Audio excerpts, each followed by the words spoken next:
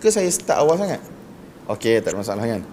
Buat sesuatu yang mana kita tidak sedar apa yang kita buat. Biasanya orang gila je yang buat satu benda yang dia tak sedar. Tak ada niat. Tak ada niat. Maksudnya dia buat sesuatu dalam keadaan yang tak sedar. Jadi kita kena elak diri kita daripada orang yang mana buat sesuatu tanpa sedar. Bila tak ada niat, tak dapat pahala. Nampak tak tuan-tuan?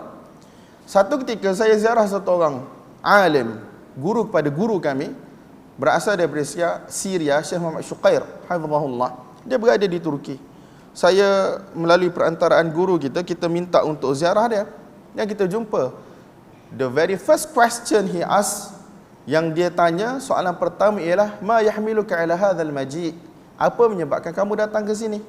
Daripada Jordan pergi ke Turki, kalau tiket murah 1,000 lah pergi balik naik Pegasus. Kemudian kena sewa hostel lagi ataupun asrama lagi, masa lagi, penat lagi, duit makan lagi, duit minum lagi. Apa yang menyebabkan kamu datang sini? Soalan pertama. Jadi dia kata, apa sahaja yang kita buat mesti kena ada niat yang jelas.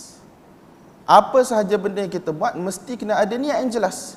Kalau tak ada niat yang jelas, pahala tu memang tak boleh lah. Tapi takutnya benda tu menjadi dosa, jatuh pembaziran. Nampak tak? Sebab tu dalam kitab-kitab fiqh kita sendiri pun bagi tahu, untuk seseorang itu safar, keluar daripada kampung halaman dia, bermusafir, keluar daripada kampung halaman dia menuju ke satu-satu tempat, itu pun ada hukum syarak. Boleh tak seseorang tu keluar saja-saja dia nak keluar? Paling kurang dia kena keluar untuk satu tujuan yang mana mubah syar'an. Benda itu harus dari sudut syarak. Antaranya kalau student, orang kata untuk healing lah zaman sekarang, bahasa dia kan, dia panggil litanfis ataupun litanafus. Untuk dia healing, lepas dia belajar, kalau dia belajar lah, takut dia duduk satu sem tu 4 bulan tak belajar-belajar pun, duduk main game, berjalan sana sini, lepas satu kedai kopi, lepas satu bandel, kemudian bila cuti dia kata healing. Nah, benda ni yajuz syar'an, harus dari sudut syarak. Jadi litanfis, iaitu untuk dia, orang kata segar angin. Bukanlah kata makan angin ni bunyi T20 sangat, tetapi dia kata segar angin, keluar daripada bebanan fikiran rutin seharian, pergi kepada satu benda yang boleh, orang kata, bagi semangat, motivasi dia untuk dia terus belajar lepas tu. Tetapi benda tu mubah syara'an, walaupun dia tak bawa buku bersama dengan dia, selagi di mana dia tak niat buat benda-benda yang haram. Tetapi baiklah kalau yang mubah syara'an itu, yang harus dari syarak itu, dia niatkan dengan benda-benda yang baik, untuk jumpa ulama, untuk ziarah orang Islam. Nampak tak? Jadi tuan-tuan, syarak kita, setiap benda yang kita buat, hatta keluar daripada rumah kita, pergi ke satu tempat pun, itu ada hukum yang mana kita perlu tahu, kita perlu jaga. Nak bagi tahu bahawasanya tidak ada satu benda yang kita buat ini keluar daripada maksud dan juga tujuan syarak. Kalau tak, tuan-tuan, benda itu akan jadi sia-sia. Jadi beliau hafizahullah mengatakan bahawasanya tidak boleh tidak, mesti kena hadirkan niat dalam setiap perkara yang kita buat. Kalau benda harus, dia akan jadi harus. Tak ada pahala biasanya, istiwa'ut tarafain. Sama je, tak ada pahala, tak ada dosa. Harus semata-mata harus. Tetapi kalaulah benda yang sama kita niat dengan niat yang sunat, bertemu para ulama, belajar ilmu pengetahuan, untuk pergi ziarah perpustakaan, universiti untuk lihat kajian, tengok pemandangan, tetap kita akan dapat tengok, tuan-tuan. Makan tu tetap kita akan dapat makan. Tengok Hagia Sophia tetap kita akan dapat tengok. Masjid Biru tetap, Bosphorus tetap. Ini sebagai contoh yang kami pergi Turki gitulah. 2 tahun dah pun. Jadi tetap kita akan tengok. Tetapi orang yang cerdik ialah orang yang mana dia ubah niat dia. Dia ubah niat dia supaya niat dia menjadi satu perkara yang mana membawa pahala kepada diri dia. Jadi tuan-tuan, perkara ini sangat penting, sangat penting. 2 hari lepas kami pergi Johor. Kalau ikut kawan-kawan, pantang saya balik, nak bawa pergi berjalan je sana sini. Tapi kalau niat, jom makan angin, dapat pahala makan angin. Kalau ada pahala. Tetapi kalau kita ubah kita punya rutin tu, tuan-tuan, rutin berjalan kita tu, jom kita ziarah kawan. Ya dah 20 tahun kita tak ziarah. ataupun ada family members, mungkin pakcik, makcik, sepupu, sepapat, ada orang sakit dan seumpamanya. Jadi insya-Allah benda itu akan menjadi pahala. Jadi tuan-tuan, kita pun apa yang kita buat mesti kita kena ada hadirkan niat, istihdar. Kita kena hadirkan niat dalam kehidupan kita. Supaya apa? Setiap langkah kita, setiap perbuatan kita, setiap sen yang kita belanjakan, setiap waktu yang kita lalui, ia menjadi pahala di sisi Allah Subhanahu wa taala. Walaupun benda ni tuan-tuan kita nampak biasa sahaja. Orang yang minat belajar, dia minat belajar. Setiap majlis ilmu dia datang, tapi hati dia kosong daripada menghadirkan makna-makna yang saya sebut tadi. Mungkin manfaat dia tidak akan dapat secara sempurna. Jadi tuan-tuan, kita kena ubah rutin kepada benda ini merupakan satu ibadah yang besar yang Allah Subhanahu wa taala bagi taufik kepada kita untuk kita lakukan. Tuan-tuan, kita tak tahu amalan mana yang kita buat yang menyukakan Allah Subhanahu wa taala. Amalan mana yang kita buat yang akan menjadi pemberat timbangan amalan kita pada hari kiamat nanti. Kita tak tahu tuan-tuan. Jadi kalau kita istihdar niat, kita hadirkan niat, kita ihtisab, kita berharap kelebihan, rahmat, ganjaran, pahala daripada Allah Subhanahu wa taala, insya-Allah dengan kasih sayang Allah, dengan pemurahnya Allah Subhanahu wa taala, pengasihnya Allah Subhanahu wa taala, Allah Subhanahu wa taala akan terima kita. Allah Subhanahu wa taala akan ampunkan kita. Allah Subhanahu wa taala akan tingkatkan darjat kita. Allah taala akan tuliskan pahala-pahala kebaikan untuk kita. Nampak tak tuan-tuan? Antara hadis yang tuan-tuan boleh istihdar, ingat, recall balik dalam majlis ini ialah mashtama'a qaumun fi baitin buyutillah yatadarasuna al-Quran. Tidak berkumpul sesuatu kaum, satu-satu kumpulan di dalam rumah daripada rumah-rumah Allah Subhanahu wa taala yatadarasuna al-Quran, mereka saling mempelajari al-Quran. Walaupun yang tu kita selalu faham untuk tadarus, belajar tajwid dan seumpamanya, tetapi makna yang lebih tinggi daripada itu ialah untuk memahami al-Quran. Dan insya-Allah kitab kita ni pun ada al-Quran. Imam Bukhari rahmatullahi alaih banyak bawa ayat-ayat al-Quran di dalam kitab tauhid ini yang kita akan baca dan pelajari sebentar nanti insya-Allah. Kecuali apabila kumpulan tersebut buat macam tu, nazalat alaihimus sakinah. Sakinah, ketenangan akan turun. Wa haffathumul malaikah. Malaikat akan datang berbondong-bondong sampai ke langit sana. Wa ghasyiyatuhumur rahmah, saya tak tahu dah perkataan mana dulu. Wa ghasyiyatuhumur rahmah, mereka akan diliputi oleh rahmat Allah Subhanahu wa taala. Wa dzakarahumullahu fi man indah, dan Allah Subhanahu wa taala akan sebut kita, berbangga-bangga dengan kita insya-Allah di sisi para malaikat Allah Subhanahu wa taala. Ini merupakan satu hadis, satu nikmat yang besar yang Allah Subhanahu wa taala bagi kepada kita tuan-tuan.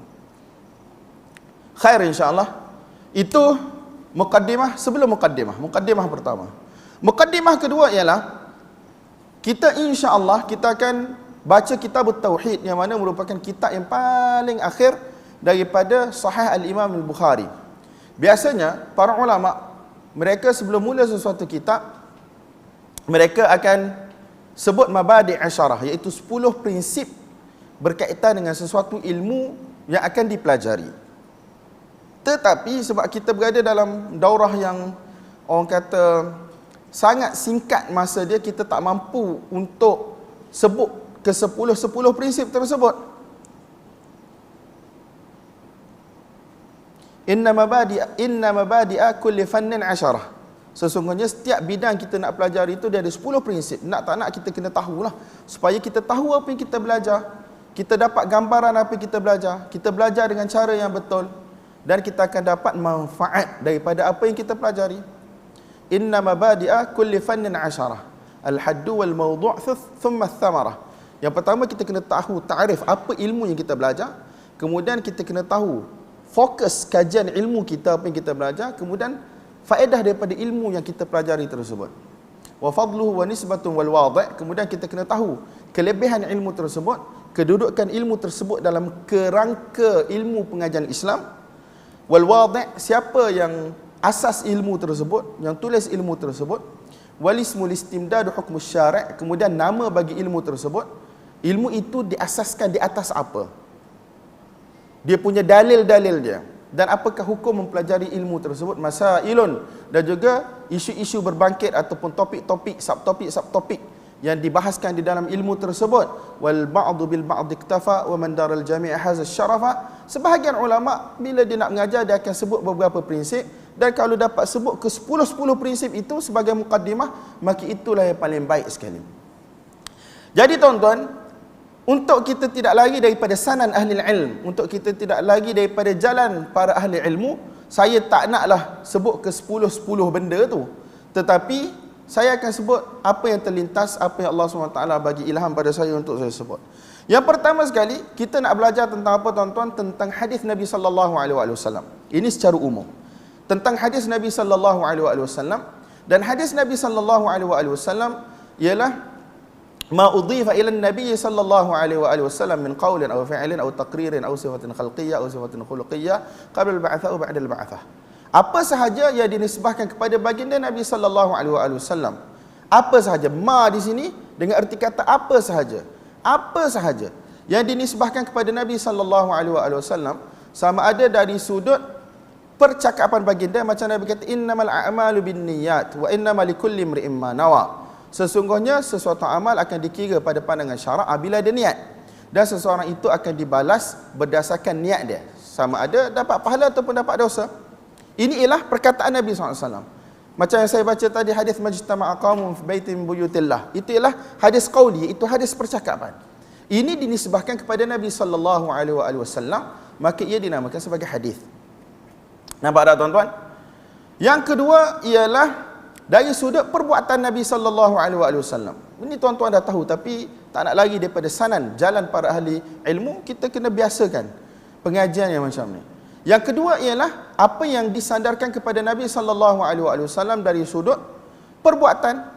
Macam cara Nabi letak tangan atas dada ke dalam solat kan, atas dada ke, atas pusat ke, bawah pusat ke, semua riwayat ada. Nabi SAW angkat tangan ketika takbir, separas bahu ke, dekat telinga ke. Nampak tak? Ini semua dinamakan sebagai hadis sebab dia dinisbahkan kepada baginda Nabi SAW.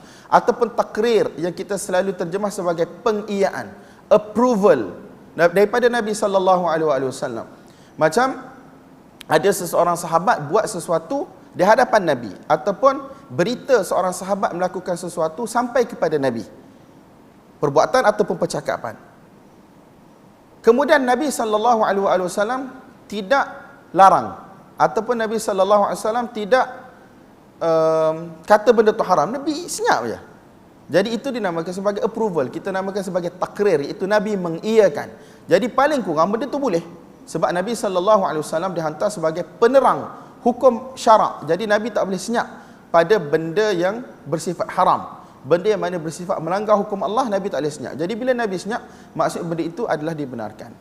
Kemudian apa sahaja yang dinisbahkan kepada Nabi SAW berkaitan dengan sifat peribadi baginda. Maksudnya akhlak baginda, cara Nabi senyum, cara Nabi bercakap, cara Nabi duduk, cara Nabi makan. Ini semua dinamakan sebagai sifat peribadi, akhlak peribadi.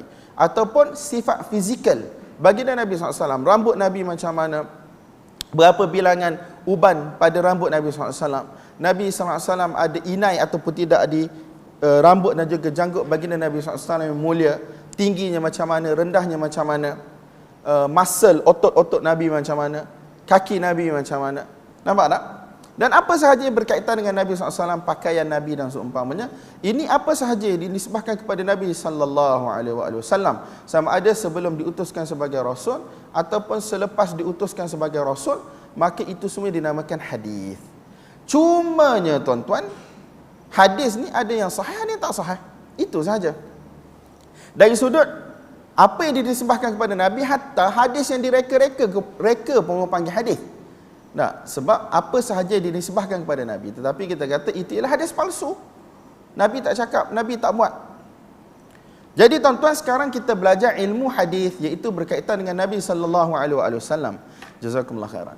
Dan ilmu hadis yang kita belajar ni sekarang adalah hadis-hadis yang sahih. Hadis-hadis yang sahih yang dikumpulkan di dalam kitab yang paling sahih. Ulama selalu sebut as-sahhu kutubin atau as-sahhu kitabin, ay al-kitabul asah. ba'da kitabillah subhanahu wa ta'ala. Kitab yang paling sahih selepas kitab Allah subhanahu wa ta'ala. Ada setengah ulama dia tak suka buat perbandingan macam tu. Sebab kitab Allah, Al-Quran la muqaranah. Tidak ada perbandingan. Tak boleh nak banding dengan kitab hasil, orang kata, himpunan manusia. Setengah ulama dia kata lebih betul kalau kita kata kitab hadis yang paling sahih. Antara banyak-banyak kitab hadis yang ditulis oleh manusia, bukanlah ditulis, yang dikumpulkan oleh manusia berkaitan dengan hadis-hadis Nabi sallallahu alaihi wasallam, ialah kitab Al-Imam Abi Abdullah Muhammad ibn Ismail Al-Bukhari rahmatullahi alaih. Jadi tuan-tuan, kitab Sahih Al-Bukhari ni tuan-tuan tahu, tambahan pula kita dalam beberapa minggu yang lepas timbul isu berkaitan dengan Al-Imam Al-Bukhari. Mungkin kita dah banyak membaca selepas tu. Saya jenis tak suka kalau ada sesuatu isu kita tenggelam di dalam isu. Betul tak? Tapi kita tak bertambah ilmu. Sepatutnya bila timbul sesuatu isu yang mana isu itu merupakan isu ilmiah, sepatutnya kita kena banyakkan membaca, kita kena banyakkan mengkaji. Jadi saya hari ini tak perlulah nak cerita siapa itu Al-Imam Al-Bukhari, lahir bila, perjalanan ilmu dia macam mana, dak mati bila, apakah ujian-ujian yang dihadapi oleh beliau dalam kehidupan beliau, apakah kitab-kitab beliau. Benda ni tuan-tuan boleh baca sendiri, kaji sendiri. Buku-buku terjemahan pun banyak, dalam bahasa Inggeris ada, dalam bahasa Melayu ada, dalam bahasa Arab confirm lah ada. Jadi kita, orang kata, nak skip berkaitan dengan tu. Nampak tak tuan-tuan? Jadi Imam Bukhari rahmatullahi alaih, dia telah kumpulkan hadis-hadis Nabi sallallahu alaihi wasallam yang sahih-sahih berdasarkan ijtihad beliau. Dan kita boleh kata 99.9% apa yang ada di dalam kitab ini adalah sahih. Betul, ada kritikan para ulama, Ad-Daruqutni dan seumpamanya, tetapi kritikan tersebut biasanya akan melibatkan isu yang terlalu teknikal berkaitan dengan sanad. Imam Bukhari rahmatullahi alaih sebagai contoh, dia bawa satu hadis yang sahih, matan dia sahih, teks dia sahih. Dia bawa melalui beberapa jalur. Mungkin 2 jalur, mungkin 3 jalur. Salah satu daripada jalur tersebut dikritik oleh Ad-Daruqutni. Nanti kita akan jumpa contohnya. Nampak tak?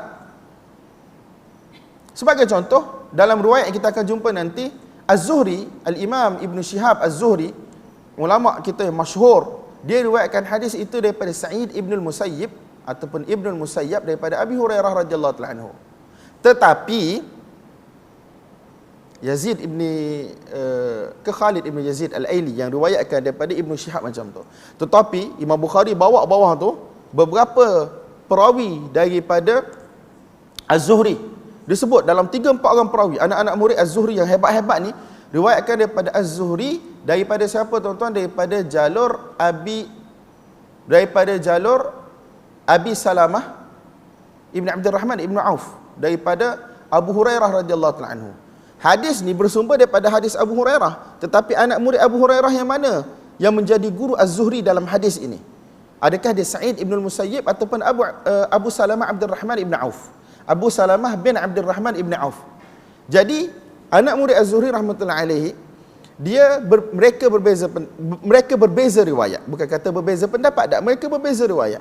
So, adakah Az-Zuhri mendengar hadis Abu Hurairah ini daripada 2 jalur, ataupun Az-Zuhri mendengar hadis Abu Hurairah ini daripada 1 jalur sahaja yang betul, tetapi jalur yang lain ini berlaku waham, kesilapan. Jadi benda ini yang dikritik oleh para ulama. Kenapa Imam Bukhari bawa jalur yang kedua ni? Sedangkan jalur ini pada pandangan pengkritik adalah salah. Tapi pada pandangan Al-Bukhari, dua-dua jalur tu betul. Masing-masing ada dalil masing-masing lah. Ini adalah antara, orang kata, jenis-jenis kritikan yang dibuat oleh para pengkritik. Bukanlah kita kata kritik ni benda yang teruk tuan-tuan. Tak, maksud naqad ni ialah untuk zahirkan benda yang tak berapa betul, fakta yang tak betul di dalam sesuatu kitab untuk tujuan pembaikan. Nampak tak tuan-tuan? Yang keduanya, mungkin adalah beberapa lafaz, beberapa perkataan yang dikritik oleh para ulama.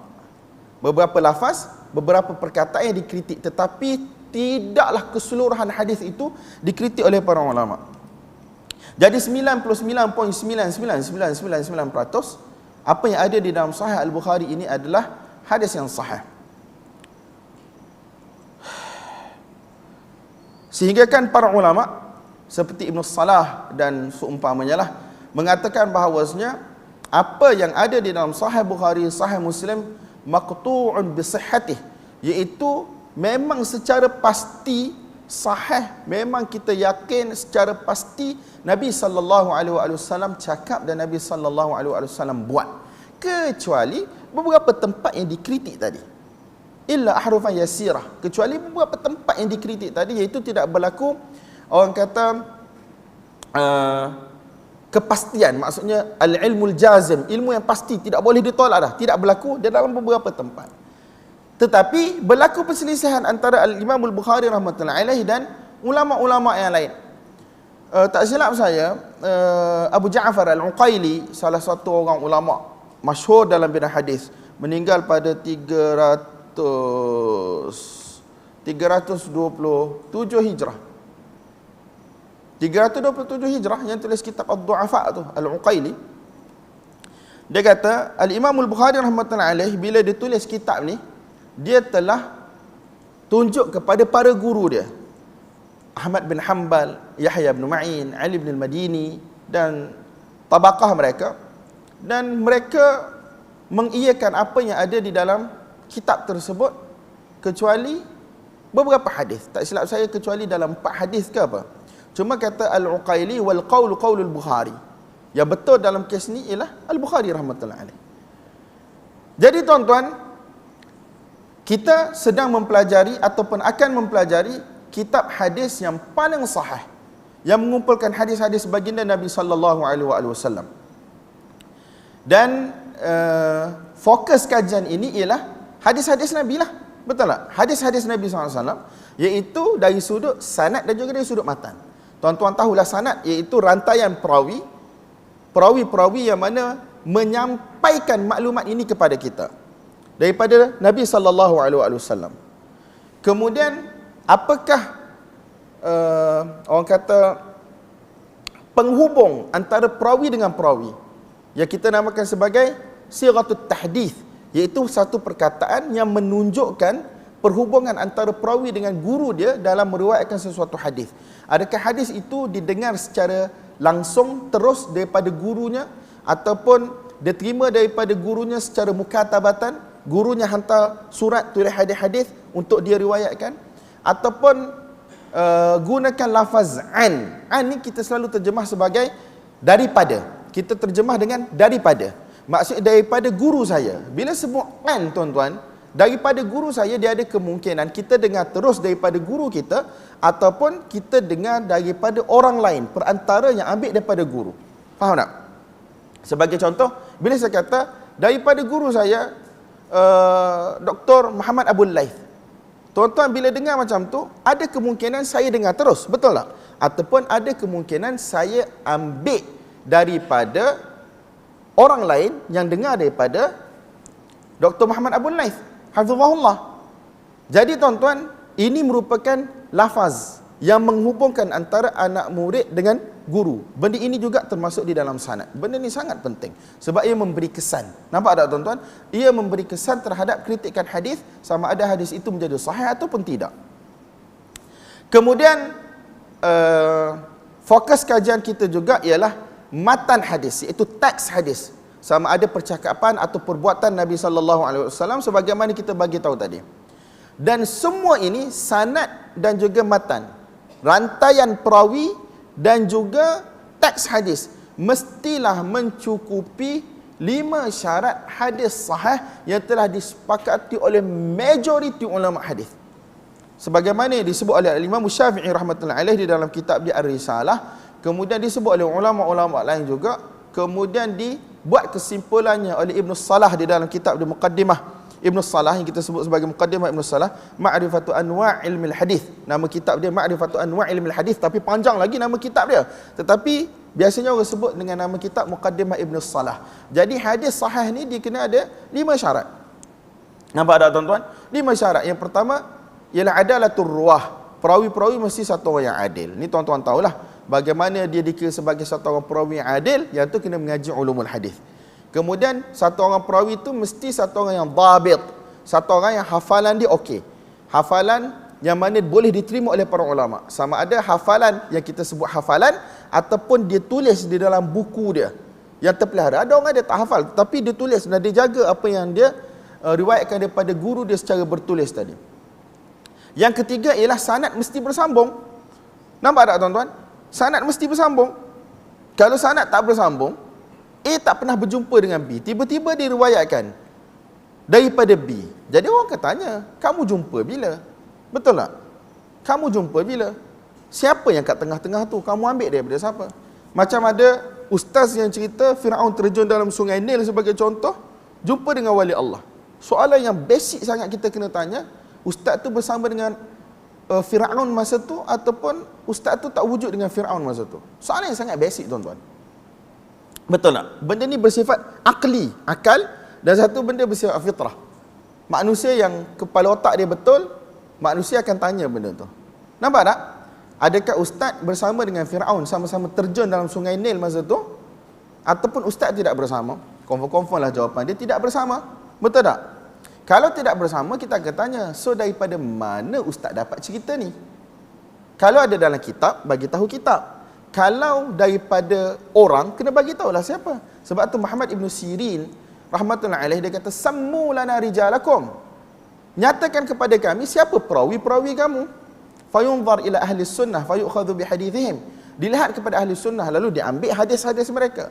Wa yunzar ila ahli bid'ah, dilihat kepada ahli bid'ah fala yu'khadh bihadithihim, tidak diambil hadis-hadis mereka. Nampak tak? Jadi untuk tahu antara A dengan B, satu orang anak murid daripada guru dia, apa perhubungan, sempat jumpa tak sempat jumpa, benda ni sangat-sangat penting dan dibahaskan oleh para ulama. Nampak tak tuan-tuan? Sangat-sangat penting dan dibahaskan oleh para ulama. Sebab kita nak tahu siapa yang berada di tengah yang hilang tu. Sebab tu majoriti ulama hadis mereka tidak menerima hadis mursal, kecuali ada penguat-penguat. Kalau setakat datang satu hadis mursal, apa maksud hadis mursal? Hadis yang mana diriwayatkan oleh satu orang tabi'i, terus direct kepada Nabi sallallahu alaihi wasallam. Tabi'i ni siapa tuan-tuan? Tabi'i ni ialah orang yang mana tak pernah jumpa dengan Nabi pun. Dia tak pernah jumpa dengan Nabi.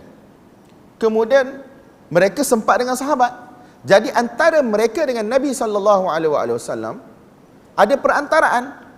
Cumanya biasanya kalau ikut kepala otak simplistik kita, perantaraan tu ada seorang je lah, yang gugur tu sahabat. Kata para ulama, kalau kita tahu yang gugur itu sahabat, tak ada masalah. As-sahabah radhiyallahu ta'ala anhum ajma'in kulluhum udul. Setiap sahabat itu, setiap seorang daripada mereka adalah satu orang yang adil. Dengan arti kata mereka la yata'ammaduna al-kadhib ala Rasulillah. Mereka tidak sengaja berdusta atas nama Nabi. Mereka buat dosa, sebagai mereka buat dosa, ataupun semua mereka buat dosa. Besar kecil tu cerita lain, tetapi ghairu ma'sumin, mereka bukan orang yang maksum. Tetapi adakah yata'ammaduna al-kadhib, mereka sengaja berdusta atas nama Nabi? Tidak. Ini ialah kesepakatan ahli sunnah. Nampak tak tuan-tuan? Mereka tidak berdusta atas nama Nabi sallallahu alaihi wasallam. Tetapi itu ialah sangka baik kita. Yang gugur, yang tidak disebut di dalam sanad ialah satu orang sahabat. Tetapi realiti tidak begitu tuan-tuan. Realiti tidak begitu. Tak silap saya, siapa, Imam Muslim ke siapa saya tak ingat, mereka pernah jumpa sanad yang tabi'i sebut kepada Nabi sallallahu alaihi wasallam terus, tengah-tengah tu hilang hampir 6 orang ataupun 7 orang di kalangan tabi'i. Jadi kita nak tahulah 6 orang 7 orang tu siapa. Sebab tu para ulama berkeras pasal hadis mursal, terutamanya pada zaman Asy-Syafi'i rahmatullahi alaih. Nampak tak tuan-tuan? Hadis yang pertama dalam Sahih Bukhari, innamal a'malu binniyat. Kalau tuan-tuan tengok daripada Yahya bin Sa'id al-Ansari, daripada Muhammad bin Ibrahim at-Taimi, daripada Alqamah bin Waqqas al-Laythi, ada 3 orang tabi'i tuan-tuan. Ada 3 orang tabi'i. Nampak tak? Ada 3 orang tabi'i. Banyak lagi contoh-contoh yang mana tabi'i ambil daripada tabi'i, ambil daripada tabi'i, baru ambil daripada Nabi, daripada sahabat Nabi sallallahu alaihi wasallam. Jadi para ulama mereka sangat memberi penekanan terhadap, orang kata, bersambungnya sanad. Itu syarat yang ketiga. Syarat yang keempat dan syarat yang kelima, ustaz kita Syekh Tariq Awadullah dia kata yang paling penting hadis itu tidak salah. Nak bahas panjang dari sudut mustalah, kena mengaji mustalah lah. Tetapi yang paling penting syarat nombor 4 dengan nombor 5 ni, kesimpulan mudah ialah hadis itu tidak dinilai salah oleh para ulama hadis. Nampak tak? Jadi ini ialah 5 syarat adam syudzuz dan juga adamul illah, tidak syadz dan tidak cacat. Kita terjemah macam tu, tidak ganjil, tidak cacat. Itu terjemah bahasalah, tetapi dari sudut istilah panjang perbahasan dia. Yang paling penting nombor 4 dengan nombor 5 ni ialah tidak salah, tidak salah. Hadis itu tidak salah, hadis itu dinilai sahih oleh para ulama. Jadi tuan-tuan, Al-Imam Al-Bukhari rahmatullahi alaih dia telah kumpulkan hadis-hadis yang mana mencukupi syarat-syarat ini, bahkan kebanyakan hadis, majoriti hadis yang ada di dalam Sahih Bukhari adalah daripada syarat sahih yang paling tinggi. Bukan orang kata bare minimum, orang kata kadar minimum hadis sahih, bukan cukup-cukup makan sahih. Bukan orang kata B tambah sekadar lulus dalam sistem universiti ini, tidak. Tetapi adalah yang paling tinggi kedudukan dari sudut perawinya, dari sudut hafalan perawinya, dari sudut perkaitan antara murid dengan guru bagi perawi. Ini adalah antara yang paling tinggi yang ada di dalam Sahih Al-Bukhari. Sebab tu ramai ulama yang mana mengunggulkan Sahih Bukhari di atas Sahih Muslim. Dari sudut orang kata kekuatan hadis sahih ni, syarat-syarat hadis sahih ni paling kuat ada di dalam Sahih Bukhari berbanding dalam Sahih Muslim. Hak tu tuan-tuan kena ngaji manhaj muhaddithin lah. Kena buat kajian satu-satu perawi dalam Bukhari macam mana, perawi dalam Muslim macam mana, banyak mana hadis perawi tersebut Imam Bukhari bawa, banyak mana hadis perawi tersebut Imam Bukhari bawa. Imam Bukhari bawa hadis perawi tersebut daripada jalur gurunya yang mana, daripada jalur anak muridnya yang mana, Imam Muslim macam mana. Benda tu tuan-tuan dia terlalu teknikal untuk kita, tetapi yang paling penting nak bagi tahu apa yang ada dalam kitab Sahih Al-Imam Al-Bukhari ini adalah min asah al-ahadith al-marwiyah an Rasulullah sallallahu alaihi wasallam, adalah antara hadis-hadis yang paling sahih yang diriwayatkan daripada Nabi sallallahu alaihi wasallam secara umumnya. Nampak tak tuan-tuan? So, fokus kajian ilmu kita adalah berkaitan dengan sanad dan juga matan. Dan yang paling penting untuk hari ini ialah matan itu bagaimana ia boleh difahami. Dirayatul matan, matan itu boleh difahami. Saya rasa semua orang daripada aliran yang ada di dalam ahli sunnah, mereka sepakat akan kesahihan hadis-hadis yang ada dalam kitab Sahih Bukhari. Nampak tak? Cumanya sekarang bagaimana matan itu perlu difahami. Ini yang membawa kepada satu isu yang besar, terutamanya apabila melibatkan akidah. Sebagaimana mazhab-mazhab ahli sunnah yang 4 atau lebih daripada 4 dalam masalah fiqh, hadis sahih depan mata dalam Bukhari juga, tetapi cara mereka memahaminya berbeza. Tetapi kita kata al-amru qarib, benda tu okeylah, tak ada masalah sangat berbeza pun sebab dia melibatkan fiqh. Tetapi sekarang apa yang kita akan pelajari, perselisihan yang mana melibatkan akidah, bahkan melibatkan iman dan kufur, melibatkan berada di atas petunjuk ataupun berada di atas kesesatan. Ini ialah fokus kajian kita pada hari ini. Nampak tak tuan-tuan? Kemudian dia punya masail, isu-isu yang akan bahaskan sebagaimana kita akan tengok dalam tajuk bab tadi. Memanglah hadis yang kita nak belajar ni berkaitan dengan akidah, tetapi permasalahan apa dalam akidah tersebut? Nampak tak? Adakah permasalahan ziyadatul iman wa nuqsanuh, iman bertambah ataupun berkurang? Adakah masalah orang yang mana melakukan dosa besar mati sebelum bertaubat didikira sebagai kafir, kekal dalam neraka ataupun tidak? Kemudian ataupun dia adalah melibatkan isu-isu lain dalam akidah, melibatkan isu qadar, qada qadar dan seumpamanya. Adakah ini kita akan pelajari? Nampak tak tuan-tuan? Itulah masail-masail.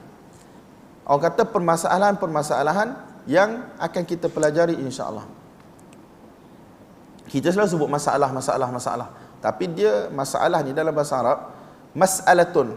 Kata satu masalah. Dia bukan masalah yang orang kata trouble dalam bahasa Melayu kita.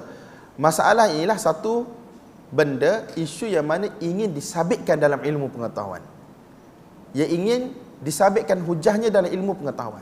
Kalau kita kata as-salatu wajibatun, salat itu wajib. Inilah satu masalah. Bagaimana kita nak sabitkan kewajipan terhadap solat, iaitu setiap seorang yang mukallaf ni dia kena solat.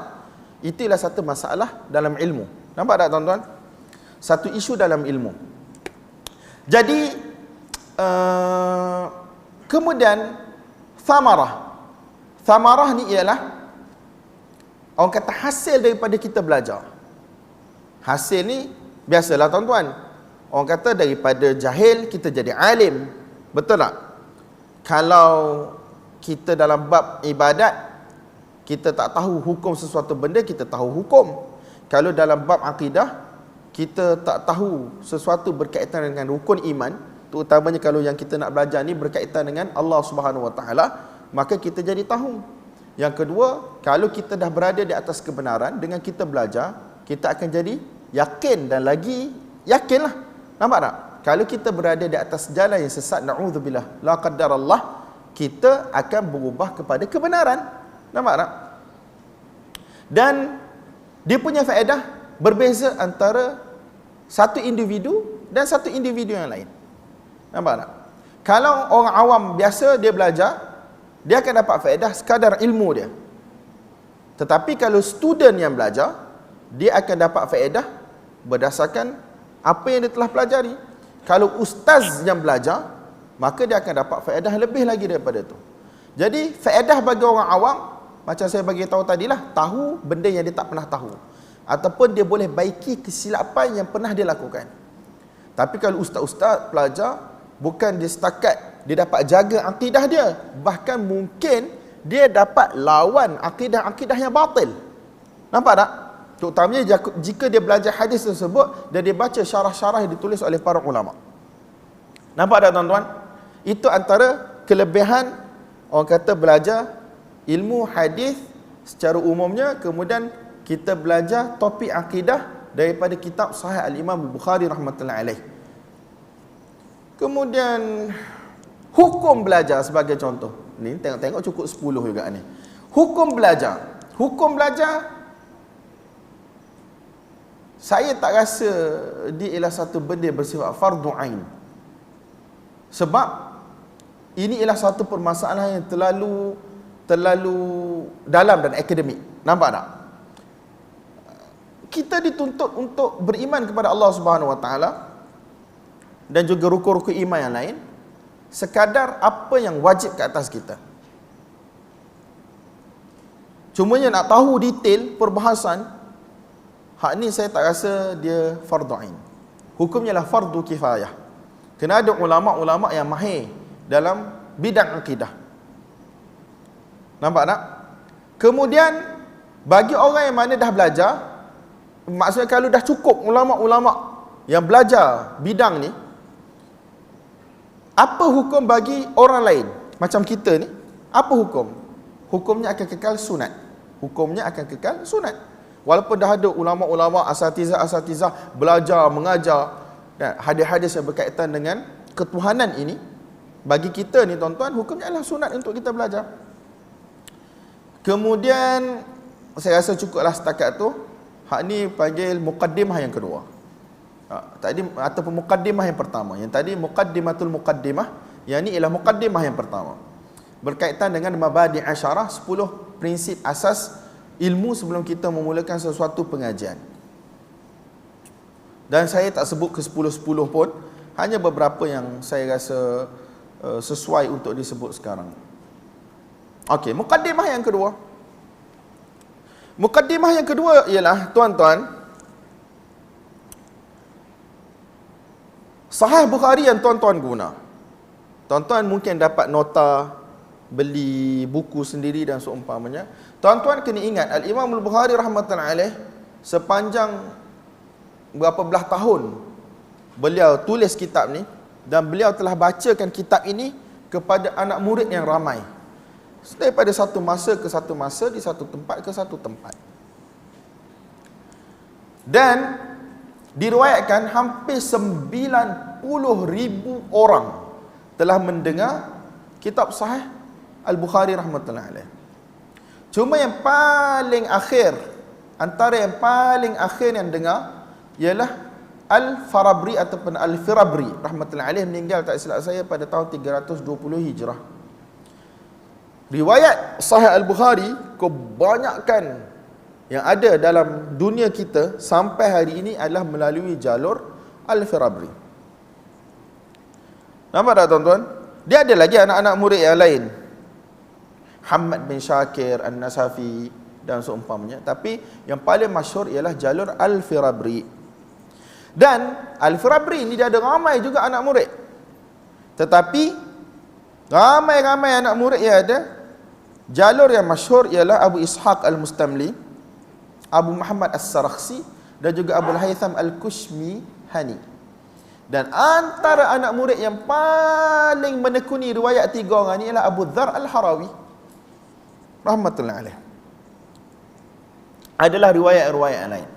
Jadi tuan-tuan, kalau tuan-tuan tengok ada perbezaan antara matan yang saya baca, teks yang saya baca dengan teks yang tuan-tuan ada, itu satu benda yang biasalah. Perbezaan riwayat atau perbezaan nuskah. Cumanya pada zaman Imam Syarafuddin Al-Yunini, tak silap saya meninggal pada tahun 701 Hijrah, dia telah buat tahqiq terhadap nuskah-nuskah Sahih Bukhari yang ada di dalam dunia. Sebab pada waktu tu amir pemerintah pada waktu tu dia nak i'rab Sahih Bukhari. I'rab ni adalah benda dalam bahasa Arab, kita panggil i'rab, saya nak terjemah pun tak tahu. Jadi pada waktu tersebut Syarafuddin Al-Yuni ni dia nak sediakan satu naskah yang paling sahih daripada riwayat-riwayat Sahih Bukhari yang pelbagai yang ada. Kan 90,000 orang pernah dengar. Jadi anak murid yang masyhur-masyhur ada beberapa orang. Kemudian nak sampai kepada mereka tu, dia ada orang kata perbezaan di sana sini. Jadi dengan kehadiran Imam Nahwu kita Ibnu Malik, jadi terkenallah satu nuskah dinamakan sebagai nuskah Al-Yunini. Kemudian itulah nuskah yang disyarahkan oleh Al-Qastallani di dalam kitab dia dinamakan sebagai Irsyadus Sari. Kemudian tuan-tuan, nuskah yang wujud pada hari ini yang paling baik ialah nuskah yang dinamakan sebagai An-Nuskhah As-Sultaniyah, yang dikeluarkan oleh Syekh Zuhair Nasir An-Nasr, tak silap saya, yang dicetak oleh Dar Tuqin Najah dengan Darul Minhaj, yang dalam 8 jilid ke 4 jilid tebal tu. Saya tengok apa jilid, tapi yang besarlah dia punya cetakan tu. Dan lepas tu ada lagi lah beberapa cetakan lain. Antara ni yang Syekh Mahir Yasin Al-Fahal punya, dan ada yang Baitus Sunnah yang dalam berapa jilid Baitus Sunnah? 8 jilid. Jadi ini antara nuskah-nuskah yang kata yang paling baik yang ada pada hari ini. Jadi bagi penuntut-penuntut ilmu, dia kena ambil beratlah tentang isu-isu nuskah ni, sebab ia memberi kesan dan ketika mana kita belajar. Adapun tuan-tuan, apa yang tuan-tuan ada pada hari ini, kalau ada berbeza sedikit sebanyak tu, tak ada masalah lah, kan? Just take note je lah. Itu mukaddimah yang kedua. Mukaddimah yang ketiga, Al-Imam Al-Bukhari rahmatullahi alaih, kitab sahih dia adalah satu kitab yang dinamakan sebagai Al-Jami'. Sebab tu nama kitab yang penuh ialah Al-Jami'ul Mukhtasar, Al-Jami'ul Musnad, As-Sahihul Mukhtasar min umuri Rasulullah sallallahu alaihi wasallam wa sunanihi wa ayyami. Itu nama kitab yang paling betul. Al-Jami', dia kitab jami'. Apa maksud kitab jami'? Kitab yang mengumpulkan, senang ceritanya ialah kesemua bidang yang berkaitan dengan Islam. Melibatkan akidahnya, melibatkan fiqahnya, melibatkan pembersihan hatinya, melibatkan hari kiamatnya, melibatkan peperangan baginda Nabi sallallahu alaihi wasallam, melibatkan adab, melibatkan manaqib, iaitu kita kata kedudukan ataupun kelebihan Nabi sallallahu alaihi wasallam, para sahabat, semua perkara yang berkaitan dengan agama. Hadis-hadisnya ada di dalam Sahih Bukhari. Nampak tak tuan-tuan?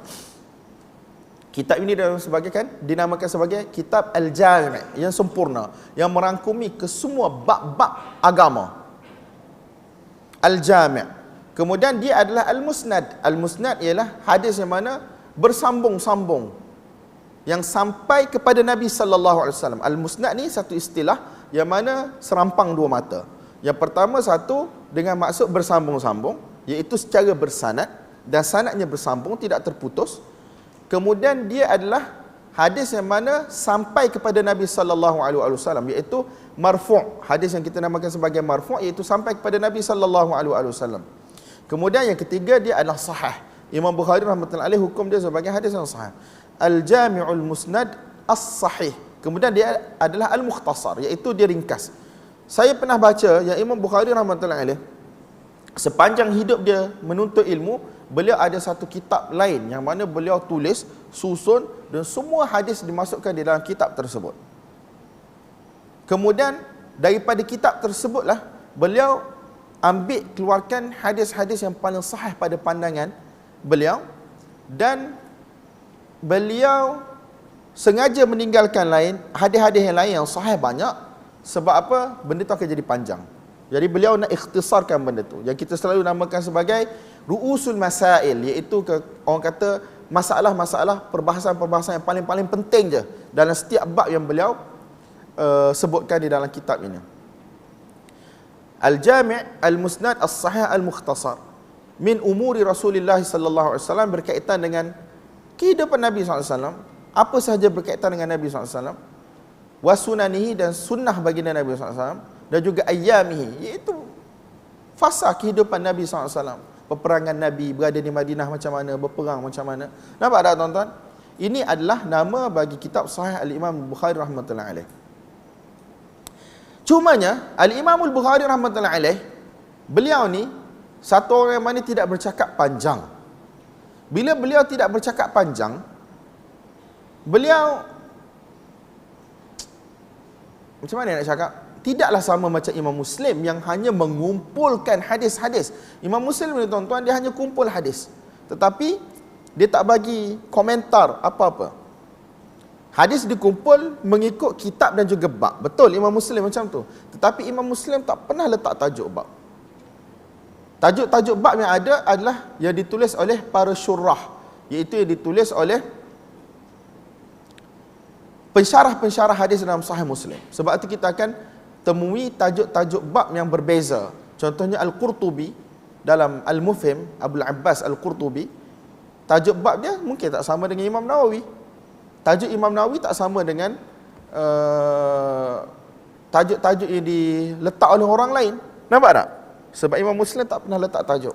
Itu adalah pendapat yang paling masyhur, dan insya-Allah pendapat yang rajih, pendapat yang kuat di kalangan para ulama. Sebab ada orang kata, sebahagian orang kata tajuk bab yang ada dalam Sahih Muslim hari ini adalah Imam Muslim sendiri yang letak, ataupun Imam Muslim pernah letak tajuk bab tapi tak sampai kepada kita. Tapi saya rasa pendapat ni sangat tidak kuat. Sebab tuan-tuan, kita kena ingat, ulama-ulama kita, mereka riwayatkan hadis adalah secara musyafahatan. Mereka riwayatkan daripada mulut ke mulut, bukan jumpa kitab. Faham tak? Bukan jumpa kitab tanpa riwayat. Ini bukan adat ulama dulu. Kalaulah riwayat Sahih Bukhari, ulama boleh beza di mana huruf fa, di mana huruf waw. Betul tak? Perbezaan tu, macam ulama qiraat, dia boleh bagi tahu perbezaan cara baca Quran. Kadang-kadang ada tempat Quran ni ada waw, ada tempat tak ada waw. Nampak tak? Ada yang baca dengan huruf nun, ada yang baca dengan huruf ya, ada yang baca dengan huruf ta, macam ya'mal, ta'mal sebagai contoh. Jadi benda ini ulama-ulama qiraat dia tahu riwayat, sebab benda tu diambil daripada mulut guru, dengan riwayat yang mutawatir, riwayat yang ramai kalau dalam bab qiraat lah. Jadi begitu juga dengan riwayat-riwayat Sahih Bukhari ni tuan-tuan, memang ulama boleh bezakan dalam nuskhah fulan, dalam riwayat fulan huruf fa, dalam riwayat fulan dengan huruf waw. Nampak tak? Ulama boleh bagi tahu, differentiate benda tu, bezakan. Takkanlah kitab, orang kata semasyhur kitab Imam Muslim rahmatullahi alaih, kalau Imam Muslim tulis tajuk, anak murid dia tak sampaikan tajuk tu kepada kita. Nampak tak tuan-tuan? Takkanlah sampai kepada Imam Nawawi, Imam Nawawi Takkanlah Imam Nawawi tu macam kita jenis pergi kedai buku beli buku. Mestilah Imam Nawawi riwayatkan daripada guru dia daripada guru dia. Benda ni secara orang kata sama' muttasil, iaitu periwayatan secara bersambung sanad kepada Imam Muslim. Jadi takkanlah kalau Imam Nawawi rahmatullahi alaih sampai kepada beliau, orang kata dengan tajuk bab yang jelas daripada Imam Muslim, Imam Nawawi nak buat tajuk bab dia sendiri, Qurtubi nak buat tajuk bab dia sendiri, orang lain nak buat tajuk bab dia sendiri. Nampak tak tuan-tuan? Jadi Imam Muslim rahmatullahi alaih, dia kumpul hadis betul di bawah satu tajuk ilmu yang besar, Kitabul Iman. Yang mula-mula tu saya tak tahu Kitabul Iman ni ditulis ke orang lain tulis. Maksudnya perkataan Kitabul Iman ni saya tak ingat. Kemudian Kitabus Salah sebagai contoh, hadis-hadis berkaitan dengan solat memang dikumpulkan di bawah orang kata tajuk yang besar, subtopik dan seumpamanya. Tapi dia tak pernah letak tajuk bab. Tajuk bab yang masyhur yang ada pada kita ialah Imam Nawawi rahmatullahi alaih. Sebab tu kita nampak naz'ah Syafi'iyah yang kuat pada tajuk-tajuk bab. Faham tak? Adanya orang kata bau-bau Syafi'i yang kuat dalam tajuk bab. Tapi kalau kita tengok dalam hadis, tak ada pun bukti untuk tajuk bab tersebut. Antara tempat-tempat yang kritik Imam Nawawi rahmatullah. Ini biasalah tuan-tuan. Ala kullin, Imam Bukhari rahmatullah alaih dia berbeza. Imam Bukhari dia akan letak tajuk bab bagi hadis-hadis yang dia bawa. Tetapi tajuk bab yang Imam Bukhari sebut ni, dia bukanlah satu benda yang bersifat precise, benda yang bersifat qat'i. Ini maksud Bukhari rahmatullah alaih. Benda itu berhajat kepada apa tuan-tuan? Berhajat kepada tafsiran. Sebab tu ada ulama berbeza pendapat dalam mentafsirkan tajuk bab yang Imam Bukhari rahmatullahi alaih bagi tahu.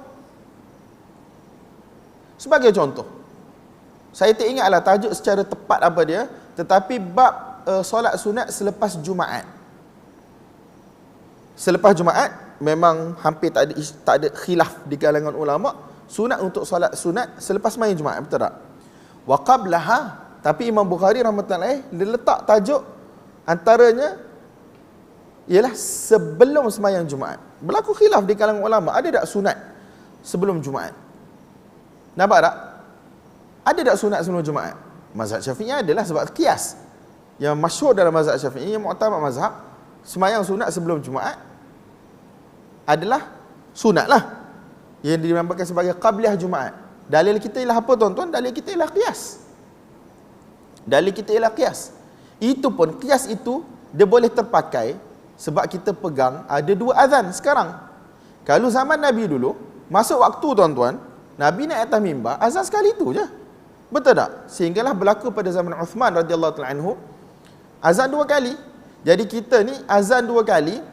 Saya tak tahulah azan yang sebetulnya yang dua kali ni dia sebelum masuk waktu ke bila masuk waktu. Yang zaman Uthman tu, azan sebelum masuk waktu ke bila masuk waktu. Kalau Mekah mungkin dia azan 1 jam sebelum, Madinah mungkin 1 jam sebelum, betul tak? Jadi dia azan tu 1 jam sebelum masuk waktu ke dah masuk waktu? Sebelum kan? Ke bila masuk waktu? Jadi kita dahlah masuk waktu kita azan, kemudian dia bagi senggang masa 10 minit untuk orang sembahyang sunat. Jadi kita bolehlah sembahyang sunat. Betul tak? Itu kita namakan sebagai qabliyah Jumaat. Bila masuk waktu, qabliyah Jumaat, sebab kita azan pertama dalam waktu, azan kedua juga dalam waktu. Tetapi benda itu ialah qiyas. Nampak tak tuan? Benda itu ialah qiyas. Dalam mazhab kita qiyas dengan zuhur. Kemudian, kalau orang lain yang bila masuk waktu zaman Nabi SAW, kali pertama masuk waktu, masuk je waktu Nabi naik mimbar, Assalamualaikum warahmatullahi wabarakatuh. Kalau kita dalam bentuk hari ni lah kan. Kemudian orang ke azan. Jadi di mana adanya qabliyah Jumaat dalam kes itu? Betul tak tuan-tuan? Ada tak qabliyah Jumaat dalam kes itu? Tak ada lah, sebab Nabi dah khutbah. Betul tak? So, saya bukan nak bahas tentang isu ada qabliyah Jumaat, tak ada qabliyah Jumaat. Benda ni masalah fiqh. Cuma Ustaz Ismail Lutfi Japakia, hafizahullah, dia pernah tulis satu buku ni. Tak silap saya zaman-zaman Jaha Besar dulu kan, penerbitan Jaha Besar tu, dia tulis tentang dua azan dan juga qabliyah Jumaat ni dalam buku dia. Saya tak ingat dah tajuk yang betul dia apa. Cumanya Imam Bukhari rahmatullahi alaih dia buat tajuk bab tu solat sunat selepas Jumaat dan sebelum Jumaat. Bagi orang yang macam kita bermazhab Syafi'i, dia kata Imam Bukhari nak sabitkan adanya qabliyah Jumaat dengan cara qiyas walaupun tidak ada hadis yang jelas. Ada orang kata macam tu. Ada orang lain pula kata tak. Tajuk Imam Bukhari itu mensabitkan adanya solat ba'diyah, iaitu selepas Jumaat. Cuma kenapa disebut ba'd dulu? Selepas dulu baru sebut sebelum. Sepatutnya kalau ikut tertib, sebelum dulu, qabliyah dulu, Jumaat, kemudian ba'diyah, betul tak? Tetapi dia letak apa? Dia letak selepas dan sebelum.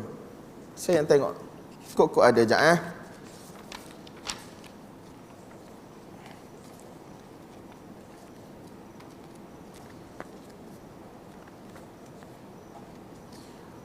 Kat mana tuan-tuan nak cari ni? Kitabul Jumaah.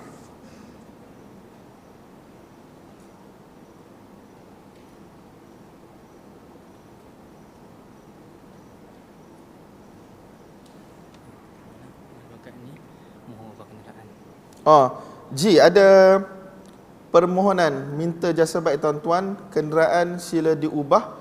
Nak ubah ke mana? Saya literal, tak pandai guna akal sangat. Ke mana-mana? Kena parking ikut tanda. Okey. Dia kalau ada wahyu baru kita boleh cakap. Tak ada wahyu kita tak boleh cakap. KCQ 2725. Hak ni saya tak tahu P ke D. PAE, DAE orang Kelantan ni. 1895 KDM 1872. KCQ 2725 DAE ataupun PAE 8695 KDM 1872. Mohon jasa baik tuan-tuan supaya letak parking dalam tanda. Sekejap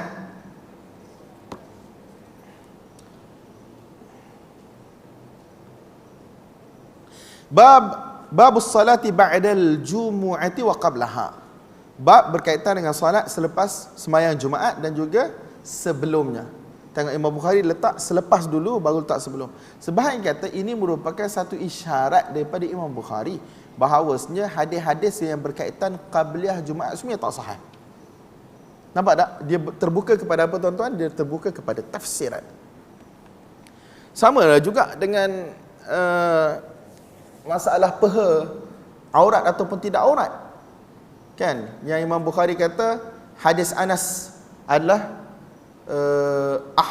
asnad, hadis jarhad adalah ahwat. Ulama berbeza tafsiran.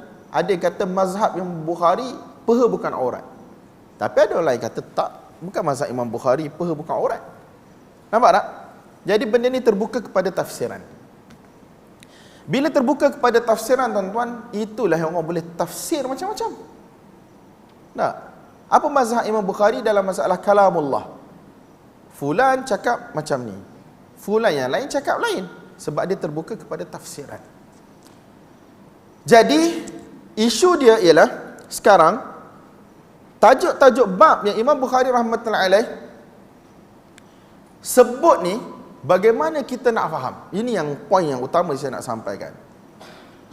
Tuan-tuan, cara yang paling betul untuk faham tajuk bab Imam Bukhari rahmatullahi alaih, terutama dalam masalah akidah, ialah kita kena lihat realiti mazhab akidah yang wujud pada hari itu.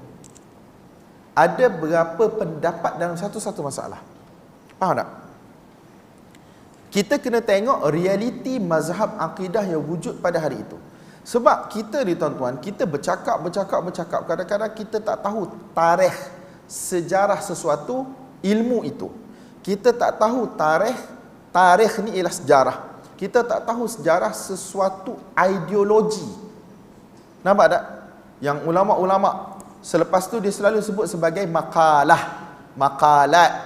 iaitu orang kata ideologi bagi satu-satu puak ataupun bagi satu-satu orang. Dalam satu-satu puak tu ada ramai lagi orang tuan-tuan. Mungkin fulan dia ada ideologi dia. Fulan yang kedua walaupun dikelaskan dalam puak yang sama, dia ada ideologi dia. Jadi benda ni sangat penting. Sebab tu tuan-tuan, ulama-ulama yang membahaskan tentang sejarah, terutamanya sejarah akidah, mereka boleh bagi tahu sesuatu ideologi itu siapa yang mulakan dan bila ia mula. Terutamanya jika dia menyalahi akidah ahli sunnah wal jamaah. Sebab yang asalnya ialah akidah ahli sunnah wal jamaah.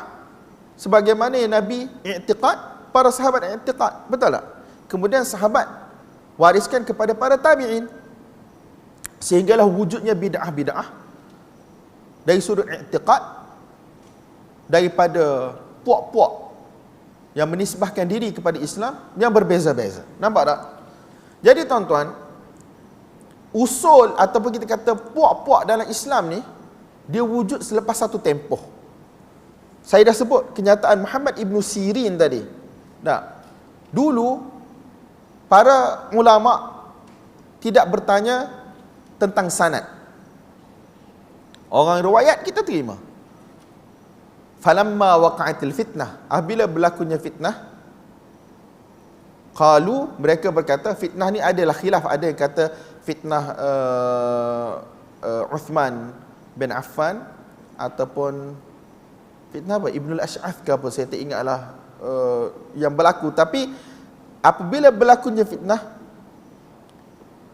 mereka mula kata, sammu lana rijalakum, sebutkan kepada kami siapakah perawi-perawi kamu. Sebutkan kepada kami siapa perawi-perawi kamu. Dilihat kepada ahli sunnah, diambil riwayat mereka, dan dilihat kepada ahli bid'ah, tidak diambil riwayat mereka. Ibn Sirin, Muhammad Ibn Sirin meninggal pada tahun 101 Hijrah. Nampak tak tuan-tuan? Maksudnya dia sempat hidup dengan sahabat radhiyallahu ta'ala anhum ajma'in. Sebab dia antara sayyid tabi'in, antara pemuka-pemuka tabi'in, Muhammad Ibn Sirin. Bukan orang kecil-kecil tuan. Jadi pada waktu tersebut telah mula wujudnya bid'ah. Tetapi bid'ah yang wujud ni tuan-tuan, dalam akidah, dia bukan satu jenis. Dia daripada pelbagai puak. Antara bid'ah yang paling awal wujud ialah bid'ah tasyayyu'ah. Betul tak? Apabila berlakunya pembunuhan khalifah yang ketiga, Uthman bin Affan radhiyallahu ta'ala anhu, maka pada waktu tersebut ada dua puak. Betul tak? Yang bawa kepada peperangan Siffin, peperangan Jamal. Para sahabat pun pecah kepada dua puak, sehinggalah berlaku apa yang berlaku. Adanya orang kata Ansar Ali, yang mana bersama dengan Ali, kemudian membawa kepada majlis tahkim nak berdamai, membawa kepada puak-puak Sayyidina Ali radhiyallahu ta'ala anhu ni, mereka berpaling tadah ataupun mereka keluar daripada jemaah Ali radhiyallahu ta'ala anhu, jadinya Khawarij. Betul tak? Ini antara dua hak utama ni tuan-tuan. Ahli sunnah yang mula-mula, betul. Yang kedua, bermulanya bid'ah tasyayyu'ah. Tasyayyu'ah ni orang kata ada kecenderungan kepada Ali. Tapi lama-lama dia berkembang sampailah jadi Syiah Rafidhah, sampailah yang lagi teruk yang menuhankan Ali. Ada yang kata Sayyidina Jibril ni tersalah turunkan wahyu, sepatutnya turunkan kepada Ali, tetapi bawa pergi kepada Nabi sallallahu alaihi wasallam. Ini macam-macam lah. Sampailah yang kita ada pada hari ini Ithnai Asyariyah, kan, 12 imam Ja'fariyah tu yang ada sampai hari ini tuan-tuan. Tetapi dia bermula daripada bid'ah tasyayyu'ah yang mula-mula ni. Kemudian lepas tu start dengan Khawarij pula, yang keluar daripada barisan Ali radhiyallahu ta'ala anhu, sehinggalah dia membentuk orang kata mazhab-mazhab yang lain, Azariqah lah, Ibadiyah lah, Qaidiyah lah, apa-apa macam-macam lah tuan-tuan. Yang ni memang semua ulama kita tulis dalam kitab-kitab yang melibatkan aliran-aliran dalam Islam. Bukan benda baru, kita je tak tahu. Jadi sekarang dah ada 3 dah yang utama. Ahli sunnah yang asal. Bid'ah ni satu benda yang tarik, benda yang mendatang. Sebab tu ulama boleh sebut pada tahun bila benda ni keluar, ataupun pada waktu bila benda ni keluar. Kemudian tidak lama selepas itu, dia keluar bid'ah yang lain pula, yang disebut sebagai bid'ah Orang panggil sebut macam mana Dia sebut nama Jaham bin Safwan yang dibunuh pada tahun 128 Hijrah tu. Tapi sebelum tu dia ada satu orang lagi nama dia Ja'ad ibn Dirham. Sebelum tu lagi. Jadi kalau tuan-tuan tengok dia punya perjalanan masa ni kan, kalau Jaham dibunuh pada tahun 128 Hijrah, maksudnya beberapa puluh tahun tu zaman para imam ni benda ni dah ada. Az-Zuhri rahmatullahi alaih meninggal pada tahun 124 Hijrah lebih kurang. Muhammad Ibn Sirin 101, kalau tak silap saya, tak 101, 110. Saya biasanya tertukar. Tapi at least saya tahulah dia punya, orang kata latar masa tu bila. Jadi tuan-tuan, Imam Malik rahmatullahi alaih lahir mungkin dalam tahun 90 Hijrah, tapi dia meninggal lewat 179 Hijrah. Kita dah mula dengar persoalan-persoalan berkaitan dengan sifat Allah Ta'ala. Tak? Istiwa Allah Ta'ala ni macam mana? Itu yang keluar kenyataan Imam Malik rahmatullahi alaih. Dia kata al-istiwa ma'lum. Tak? Wal kaif majhul, ataupun setengah riwayat kata wal kaif ghairu ma'qul. Jadi dah mula ada bibit-bibit ni. Nampak tak tuan-tuan? Dah mula ada bibit-bibit ni. Imam Malik rahmatullahi alaih keluarkan dia daripada majlis aku. Dia ni orang mubtadi'. Kemudian tuan-tuan, daripada sini yang kita kata Jahmiyah yang kita sebut ni, kita kena tahu dia punya ideologi dia apa dia dalam pelbagai masalah keimanan, melibatkan qada qadar dia macam mana, melibatkan perbuatan makhluk macam mana, melibatkan kalam Allah macam mana, melibatkan sifat Allah macam mana, melibatkan melihat Allah pada hari kiamat macam mana. Banyaklah tuan-tuan isu-isu yang dibahaskan. Jadi Jahmiyah lah satu kepala yang dinisbahkan kepada Jaham bin Safwan. Tetapi lepas tu ada pecahan aliran-aliran yang lain. Adanya Mu'tazilah. Tetapi adakah Mu'tazilah ni sebiji macam Jahmiyah? Tidak tuan-tuan. Nampak tak? Jadi benda ni sebab tu saya pernah sebut dalam kelas saya sebelum-sebelum ni. Sebelum kita belajar satu benda yang bersifat raw material. Macam hadis ni dia raw material. Al-Quran raw material. Kita kena belajar asas-asas ilmu ni dulu. Sebelum mengaji hadis, mengaji Quran, kita kena mengaji fiqh. Supaya kita dapat satu gambaran yang jelas. Ini fiqh sebenarnya. Ini hukum Allah sebenarnya. Kalau tak, kita akan baca, kita tengok ayat Quran. Oh, ini hukum dia. Ya ayyuhallazina amanu la ta'kulur riba adha'afan mudha'afah. Wahai orang beriman, jangan kamu makan riba secara berlipat kali ganda. Dia tengok ayat tu je. Oh, so kalau gitu, kalau kita ambil riba sikit-sikit boleh lah. Dia panggil mafhum mukhalafah. Kan? Mafhum di sebalik. Kalau Allah larang daripada makan riba adha'afan mudha'afah, berlipat kali ganda, maksudnya di sebalik itu, kefahaman di sebalik itu, kalau kita makan sikit je, 1%, 2%, boleh lah. Sebab tu tak boleh tuan-tuan. Kita kena mengaji fiqh secara satu ilmu untuk dapatkan gambaran yang jelas dulu. Kemudian bila kita dah sampai satu tahap, kita dah faham fiqh, kita dah boleh amal, baru kita nak jadi pengkaji yang bersifat bebas ni, bolehlah, tak ada masalah.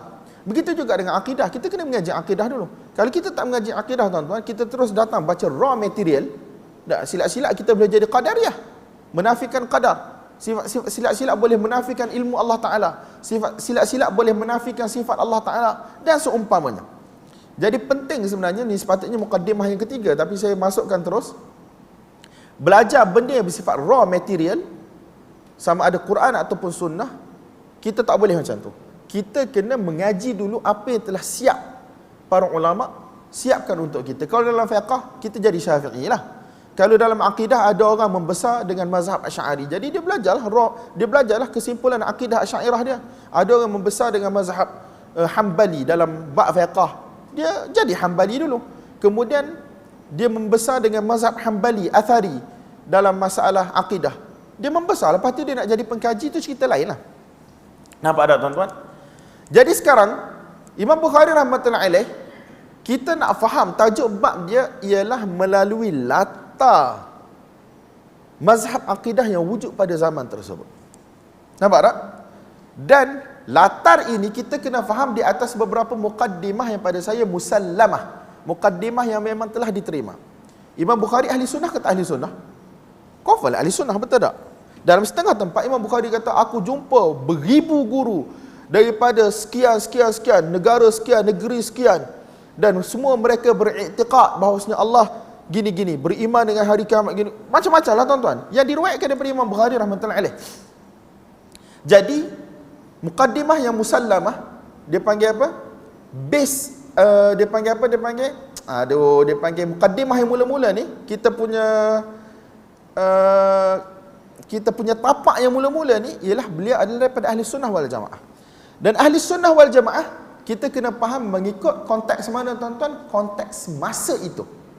Siapa pemuka ahli sunnah wal jamaah masa itu? Imam Ahmad bin Hanbal, Ishaq ibn Rahuyah, betul tak? Ali ibn al-Madini, anak-anak murid Imam Ahmad, yang walaupun mati lewat sikit daripada Imam Bukhari dan seumpamanya.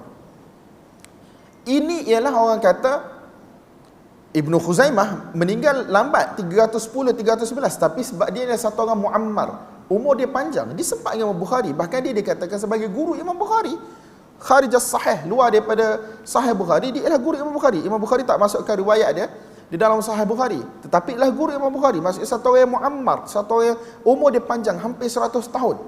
Tak sampailah 100, tapi hampir. Macam juga Ibnu Hibban, antara orang yang mana hidup dia panjang, hampir 100 tahun. Tak silap saya dalam 90 tahun ilmu dia, sempat dengan anak-anak murid Imam Syafi'i rahmatullahi alaih.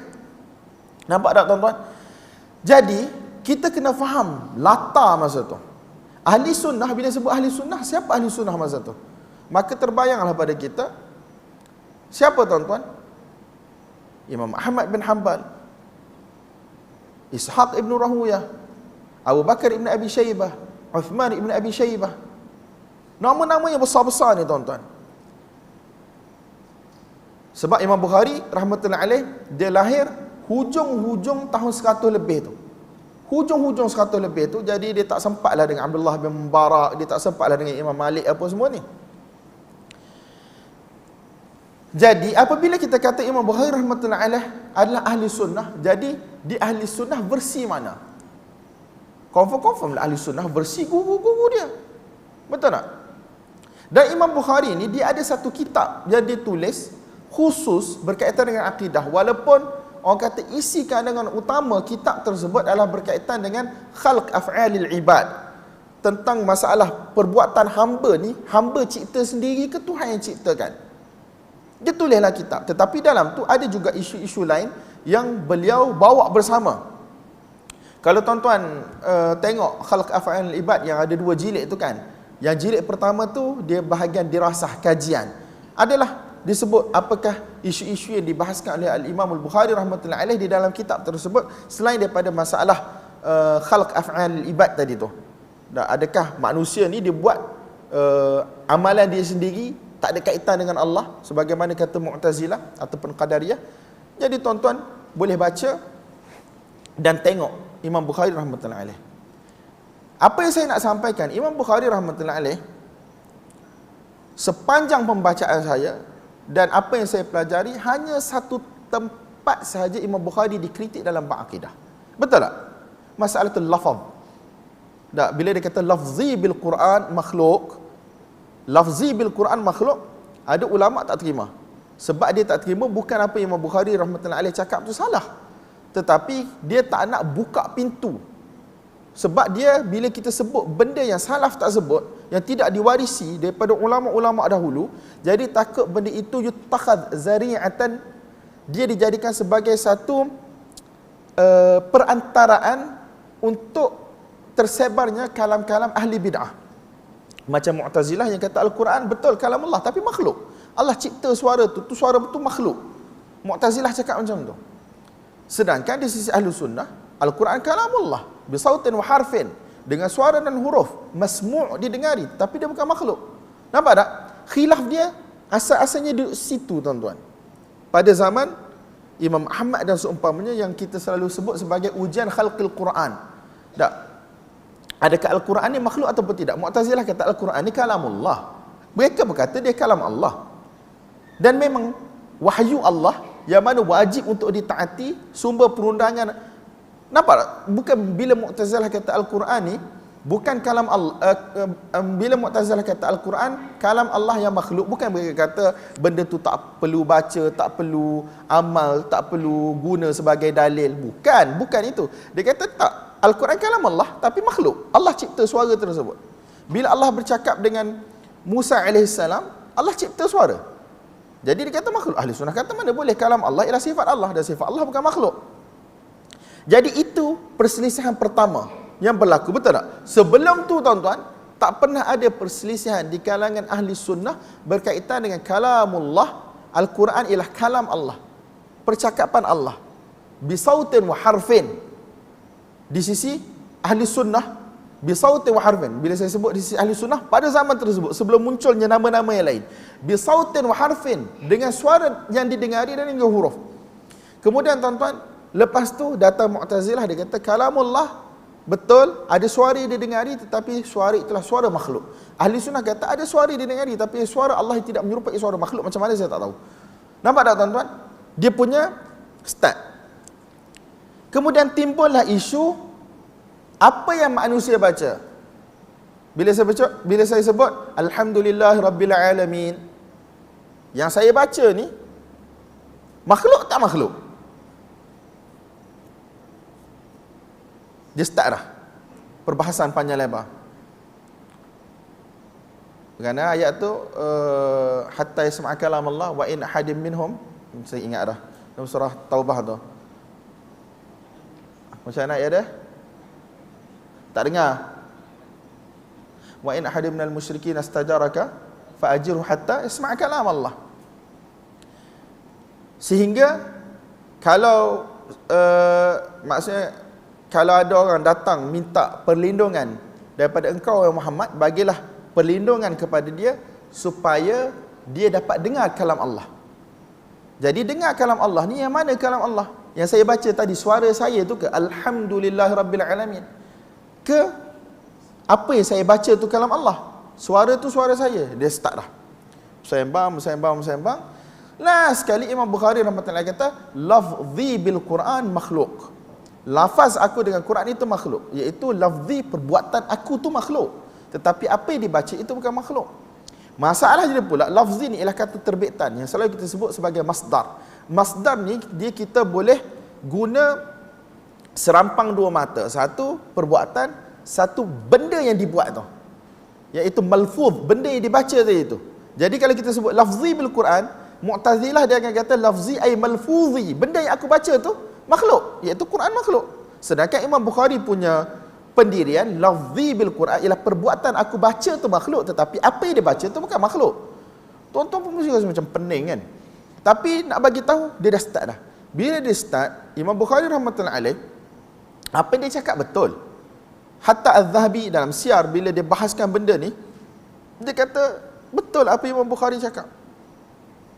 Dan a'immah yang kritik Bukhari rahmatullahi alaih pada waktu tersebut, bukan dia tak tahu apa yang Bukhari cakap, itu betul, tetapi dia tak nak benda ini disebut sebab tidak ada, orang kata apa panggil, tidak ada orang yang pernah mula di kalangan salaf.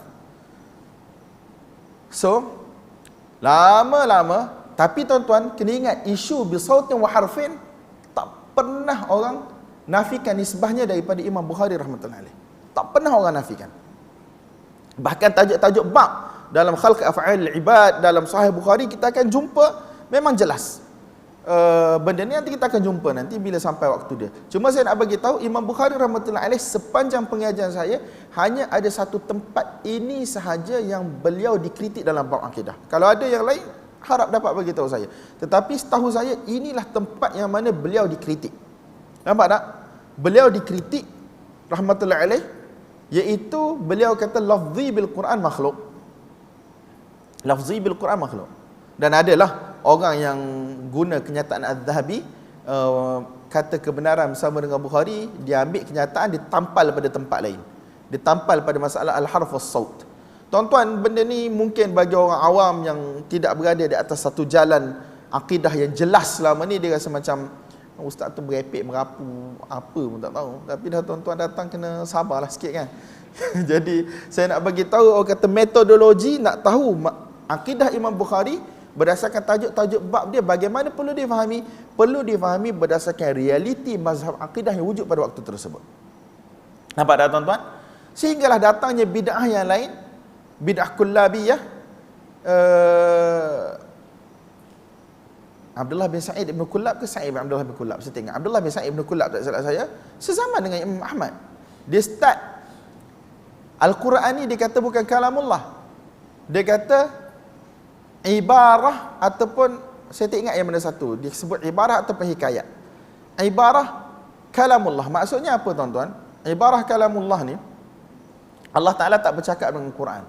Allah hanya bagi tahu kepada Jibril, aku nak sampaikan kepada Muhammad sekian. Jadi kamu sampaikan dengan bahasa kamu sendirilah, ataupun bahasa Muhammad yang dalam bahasa Arab tu, ataupun Jibril pergi ambil kalam yang maktub, yang ditulis di lauh mahfuz tu, di lauh mahfuz tu, dia ambil yang tu yang dah tertulis dalam bahasa Arab. Tetapi itu bukan kalam Allah dengan erti kata yang Allah cakap, tetapi makna bagi kalam Allah. Jadi kalau ikut gitu, kalau kita nak tukar perkataan dengan perkataan yang lain, sepatutnya macam boleh lah, selagi mana dia menyampaikan makna, betul tak? Jadi dia kata itu bukan kalam Allah. Jadi bukan Jibril dengar Allah kata, bila berlaku sesuatu, contohnya yas'alunaka 'anir ruh, orang Yahudi datang tanya Nabi tentang roh, Nabi tunggu wahyu. Allah Ta'ala bercakap dengan yas'alunaka 'anir ruh qulir ruh min amri rabbi, dengan suara didengari oleh Jibril. Jibril bawa dalam bahasa Arab, Jibril bawa turun. Mereka tak kata gitu. Nampak tak? Jadi tuan-tuan, dia start, dia kata timbul isu hikayat. Kemudian Abu Hasan Al-Asy'ari rahmatullahi alaihim jami'an, mereka kata apa? Ibarah atau hikayat. Saya tak ingat yang mana satu. Tetapi yang paling penting, Jibril tak dengar Allah Subhanahu Wa Taala bercakap dengan suara dia dengari. Tengok bagaimana para ulama boleh tulis, dokumentasikan bila start wujudnya sesuatu ideologi. Nampak tak tuan-tuan? Bila sesuatu ideologi tu mula timbul wujud, siapa yang mula sebut. Nampak tak? So itulah sebagai contoh untuk kita memahami metodologi Al-Imam Al-Bukhari rahmatullahi alaih dalam bidang akidah, sebab beliau tidak syarah panjang macam kita hari ni. Beliau duduk di kalangan ulama-ulama. Kitab beliau pun untuk ulama-ulama, bukan ulama yang bila kita sebut ulama macam zaman kita hari ni, tidak. Tetapi adalah ulama-ulama yang masya-Allah mujtahidin, yang mana ilmu mereka adalah ilmu yang begitu tinggi. Kefahaman mereka begitu tinggi, agama mereka begitu tinggi. Sampaikan ulama-ulama kita macam Ibn Rajab Al-Hambali rahmatullahi alaih, dia tulis kitab Fadlu Ilmi Salaf kan. Kelebihan ilmu salaf di atas ilmu khalaf. Ulama-ulama dulu berbanding dengan ulama-ulama yang terkemudian. Jadi tuan-tuan, itulah mukaddimah yang kedua, dan saya dah masukkan tadi tentang mukaddimah yang ketiga, iaitu sebelum kita belajar sesuatu benda yang bersifat raw material, ialah kita kena belajar bidang ilmu tersebut sampai habis, sekira-kiranya kita dapat gambar yang jelas tentang ilmu tersebut. Kalau akidah kita dah habislah paling kurang sebiji 2 biji akidah kitab yang asas. Kemudian kalau fiqh, orang kata 1-2 kitab yang asas, barulah kita boleh pergi kepada benda yang bersifat raw material. Itu pun bukan kita nak buat mazhab kita sendiri, tak, kita pergi untuk cuba faham bagaimana kesimpulan dalam fiqh, kesimpulan dalam akidah yang kita terima tadi tu daripada guru kita ataupun aliran kita tu, bagaimana ia boleh disimpulkan macam tu, apa dalil, bagaimana perbahasan, bagaimana perbincangan. Okey tak ni tuan-tuan? Boleh kan? Dia pada saya baca hadis kitab tauhid ni tak banyak, dah lebih kurang 300 hadis. Tetapi kalau boleh faham mula-mula ni, tak, dia punya kaedah-kaedah, metodologi tu, insya-Allah senang.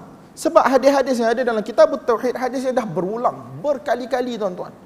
Sebelum ni dah berulang dah. Sebab kitab paling akhir Imam Bukhari rahmatullahi alaih, hadis dia lebih kurang dalam 9,000 lah orang kata secara perulangan.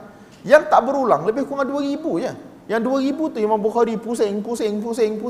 Tak, letak dalam setiap bab yang mana kena. Kadang-kadang duduk dalam bab fiqh, kadang-kadang duduk dalam bab akidah, kadang-kadang duduk dalam bab adab, kadang-kadang duduk dalam bab iman. Nampak tak? Hadis yang sama mengikut tempat yang Imam Bukhari nak jadikan sebagai dalil bukti bagi dakwaan beliau. Nampak tak tuan-tuan? Khair. So,